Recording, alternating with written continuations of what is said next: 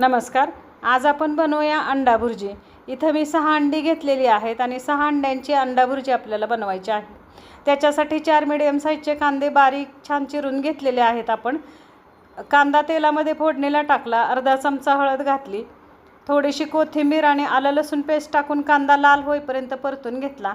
6 अंडी ह्या कांद्यामध्ये आपण फोडून घेतलेली आहेत. लाल मिरची पावडर घेतली आणि हे असं छान व्यवस्थित आपल्याला परतून घ्यायचं आहे. अंडी आणि जे आपलं कांद्याचं मिश्रण आहे ते परतून घ्यायचं. चवीनुसार मीठ घालायचं. पाणी अजिबात घालायचं नाही ह्या भुर्जीला. मिडियम गॅसवरती ही भुर्जी 5 ते 7 मिनटासाठी परतत राहायचं, म्हणजे ओलसरपणा भुर्जीचा निघून जातो आणि भुर्जी चांगली अशी कोरडी होते. आणि झाकण ठेवायचे 5 ते 7 मिनटासाठी आणि झाकण ठेवून पुन्हा एकदा ही भुर्जी आपल्याला उलटण्याच्या साहाय्याने व्यवस्थित करून घ्यायची, हलवून घ्यायची. अर्ध्या लिंबाचा रस पिळायचा, थोडीशी कोथिंबीर घालायची आणि अशा प्रकारे चमचमीत आपली भुर्जी तयार आहे.